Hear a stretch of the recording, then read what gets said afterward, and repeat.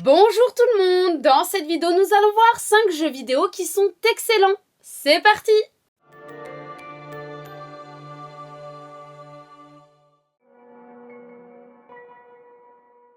Sorti le 17 avril 2025 sur PC et PlayStation 5, Bionic Bay est un jeu de plateforme 2D développé par Murena Oy et Psychoflow Studio et il est édité par Kepler Interactive.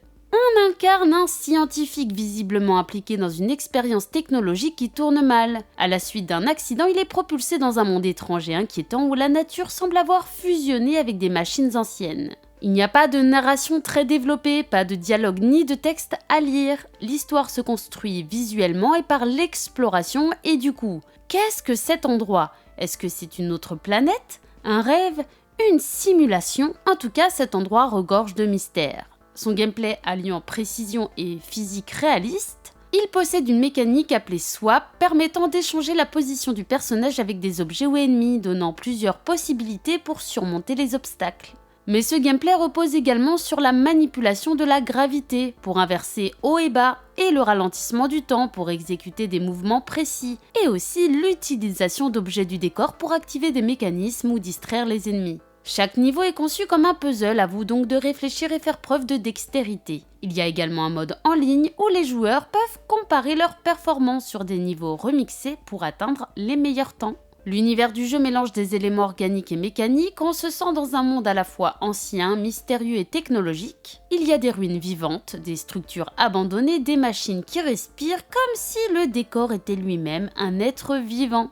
La bande-son est composée de morceaux électroniques atmosphériques épurés mais efficaces, parfois très calmes, parfois plus rythmés selon l'intensité des niveaux et accompagne très bien l'aventure. Expérience silencieuse presque méditative qui nous invite à comprendre les règles du jeu en jouant. Sans explication, il nous offre ainsi une atmosphère incroyable. En bref, si vous aimez réfléchir, expérimenter, relever des défis tout en plongeant dans un univers mystérieux et déroutant, ce jeu est fait pour vous.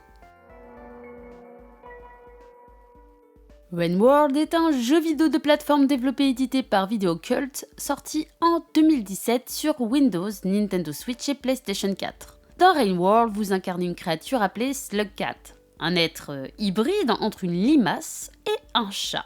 Séparé de sa famille à la suite d'un cataclysme, le Slugcat doit survivre dans un monde post-apocalyptique où la nature a repris ses droits sur les ruines d'une civilisation industrielle. Le jeu ne propose pas de narration traditionnelle, l'histoire est racontée de manière environnementale, à travers les décors, les comportements des créatures et des séquences visuelles. À vous donc d'interpréter ce qui se passe sous vos yeux. Vous devrez donc explorer un environnement vaste et interconnecté, chercher de la nourriture pour survivre, éviter ou affronter des prédateurs redoutables et trouver un abri pour hiberner avant l'arrivée de pluies torrentielles mortelles. Chaque créature possède une intelligence artificielle propre, avec des comportements imprévisibles. Elles peuvent chasser, fuir, se battre entre elles.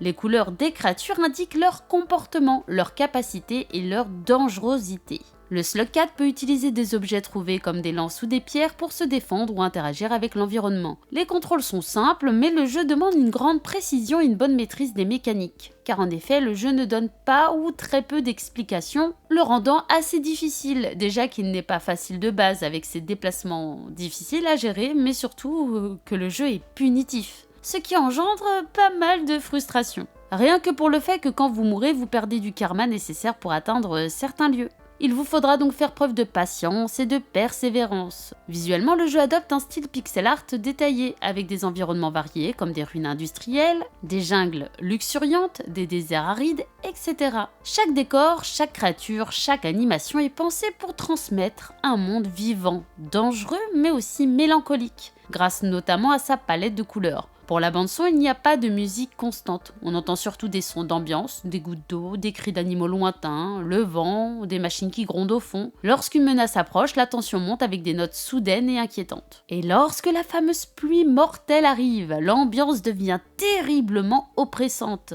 Et on n'a qu'un réflexe, fuir. L'ambiance est donc à la fois dure et magnifique, mais aussi brutale et poétique. Un excellent jeu qui, malgré ses défauts, reste un jeu vraiment superbe et intéressant. Ok, quelques petits défauts et le jeu est assez exigeant, mais l'aventure est magnifique, je le conseille. West of Dead est développé par Upstream Arcade et édité par Raw Fury. Il est sorti en 2020 sur plusieurs plateformes dont PC, Xbox, PlayStation et Switch. Ce jeu est un mélange original entre twin stick shooter, roguelike, action tactique et western surnaturel. On incarne William Mason, un homme sans souvenir, mort qui se réveille dans le purgatoire. Il n'a qu'un objectif, comprendre qui il est, pourquoi il est mort et comment trouver la paix. Mais le purgatoire de ce jeu n'est pas un lieu abstrait, c'est une sorte de Far West fantomatique, peuplé d'âmes perdues, de bandits, de chasseurs de primes morts et d'entités mystérieuses. Au fil de l'histoire, William découvre qu'il a un lourd passé marqué par la trahison, la violence et la culpabilité. Le gameplay repose sur un système d'infiltration. On peut se cacher derrière des caisses ou des murets pour éviter les tirs ennemis, puis surgir pour contre-attaquer. Les lanternes placées dans chaque pièce permettent d'éclairer les zones sombres et d'éblouir brièvement les ennemis, ce qui ajoute une dimension stratégique au jeu. Vous pouvez porter 2 armes à feu comme un revolver ou un fusil, chacune ayant sa cadence, sa puissance et son propre temps de rechargement. Il existe aussi des objets secondaires comme des grenades, des sorts ou des pièges. Chaque combat est un mini-duel tendu, où on doit bouger constamment, se repositionner et gérer ses munitions. Par contre, à chaque mort, on recommence depuis le début. Mais on peut débloquer des améliorations permanentes avec les âmes récoltées. Les niveaux sont générés aléatoirement, donc aucune partie ne se ressemble. C'est un gameplay exigeant mais gratifiant qui demande d'adapter sa stratégie en permanence, tout en maintenant un bon rythme et rester concentré.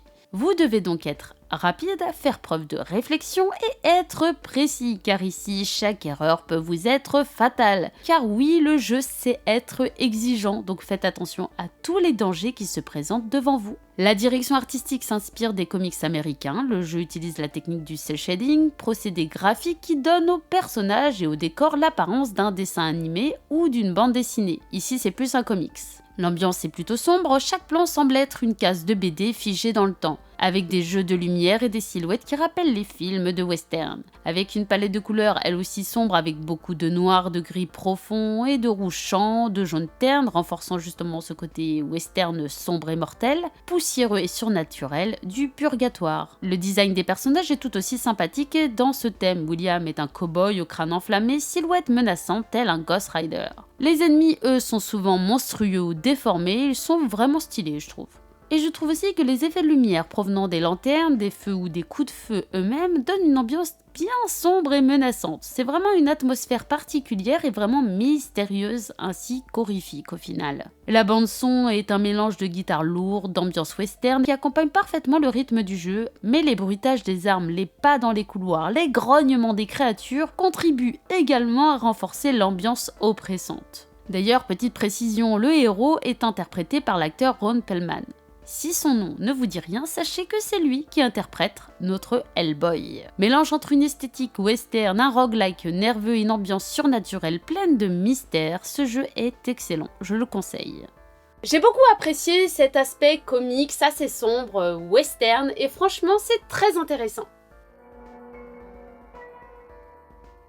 Opus Castle, sorti en 2021, a été développé par Messier Games et édité par Cubite Interactive, et ce jeu est disponible sur PC, sur console ainsi qu'en réalité virtuelle. Il s'inspire d'un fait réel tragique survenu à Sao Paulo dans les années 1930 et propose une expérience immersive mêlant exploration, mystère et surnaturel. L'histoire se déroule dans le Castellino da Ruaapa, une demeure inspirée d'un château médiéval où un triple homicide non élucidé a eu lieu en 1937.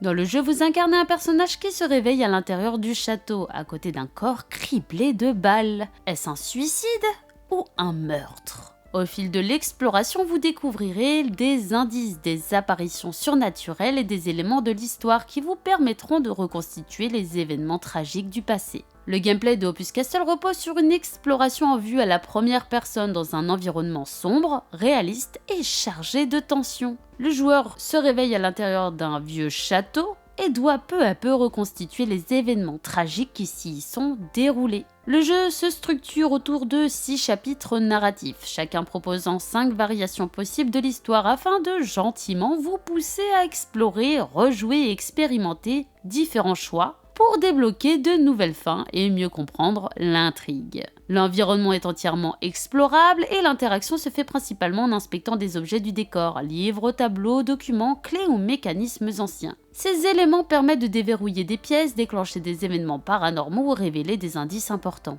Vous disposez même d'un smartphone virtuel intégré à l'interface qui sert à gérer votre inventaire, consulter les notes ou lire les documents trouvés. Bon, pas facile à prendre en main au début par contre. À vous de vous y faire très vite. Vous trouverez aussi des énigmes, il ne s'agit pas de puzzles complexes, mais d'éléments conçus pour amener l'histoire. En avançant dans le manoir, on déclenche parfois des visions, flashbacks qui viennent perturber la réalité. Des apparitions, des voix lointaines ou des phénomènes surnaturels et même quelques jumpscares pour vous faire un peu frissonner. Le jeu mise sur la tension psychologique plutôt que sur l'action ou le gore. Il n'y a pas de combat, on est un enquêteur silencieux dans un lieu chargé d'histoire et de mort. Chaque chapitre introduit un nouveau personnage jouable avec son propre point de vue sur les événements. Cela permet de revisiter les mêmes lieux sous un autre angle. Quant au visuel, les environnements sont détaillés avec des jeux d'ombre et de lumière qui renforcent justement ce sentiment d'isolement, de tension, de nervosité psychologique. Le design du château mêle un peu des éléments gothiques et réalistes, reflétant l'histoire tragique qui s'y est déroulée. Quant à l'ambiance sonore, les bruitages tels que les grincements de portes, les pas, les murmures contribuent à créer cette atmosphère justement angoissante. La bande-son est minimaliste, elle accentue juste certains sentiments de solitude et bien sûr de mystère. C'est un jeu qui ne fait pas forcément peur, mais l'ambiance est plutôt incroyable. Le jeu ne fait pas très peur et je ne pense pas qu'il soit fait pour ça, mais en tout cas l'ambiance est super intrigante et je l'adore, je l'apprécie juste pour ça. MXG Pro est un jeu de simulation de motocross développé par Milestone SRL et sorti en 2018. Il met l'accent sur une expérience plus réaliste et technique du motocross. Si je parle de celui-ci, c'est que vous pouvez le trouver en ce moment même gratuitement sur le PlayStation Plus. Et surtout que je l'ai adoré à sa sortie, c'est un de mes préférés.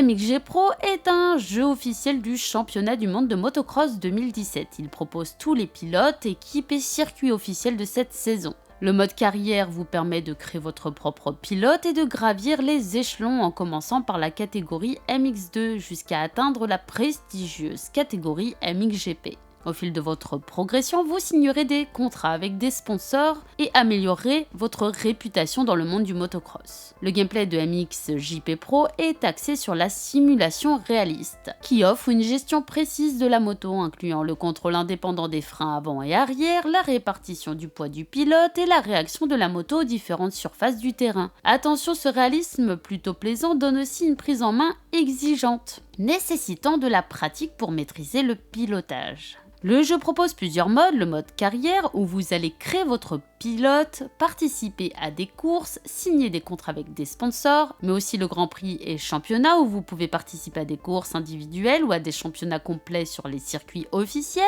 le mode contre-la-montre où vous allez améliorer votre temps sur les circuits et vous pourrez même affronter les fantômes d'autres joueurs, et le mode compound, un espace d'entraînement en monde ouvert où vous pouvez vous entraîner librement et relever une trentaine de défis pour vous perfectionner. La personnalisation est également bien présente, vous pouvez ajuster les réglages de votre moto tels que la suspension, les freins et l'accélération pour l'adapter à votre style de conduite et aux conditions des circuits. Visuellement, le jeu offre une représentation fidèle donc des circuits de motocross avec des environnements très détaillés au point qu'on peut bien observer les dégradations des pistes. L'environnement et les conditions météorologiques variables influencent aussi non seulement l'apparence des circuits mais aussi la conduite. Les modèles des motos et des pilotes sont bien réalisés, vraiment graphiquement le jeu est beau et se veut réaliste. Et on rajoute à ça l'ambiance sonore qui est un point fort du jeu avec les sons des moteurs, les interactions avec le terrain et les réactions du public qui sont soigneusement reproduits, ainsi que les bruitages réalistes, tout cela renforçant la sensation de vitesse et de réalisme des courses. C'est un très bon jeu de simulation de motocross qui s'adresse aux amateurs du genre recherchant une expérience réaliste et tout de même un peu exigeante. Pour ma part, c'est un jeu réussi. Voilà pour cette vidéo, j'espère que vous l'avez appréciée. Si c'est le cas, n'hésitez pas à mettre un petit pouce bleu, à la partager et à vous abonner. En attendant la prochaine, je vous dis bonne game à tous. Bye bye!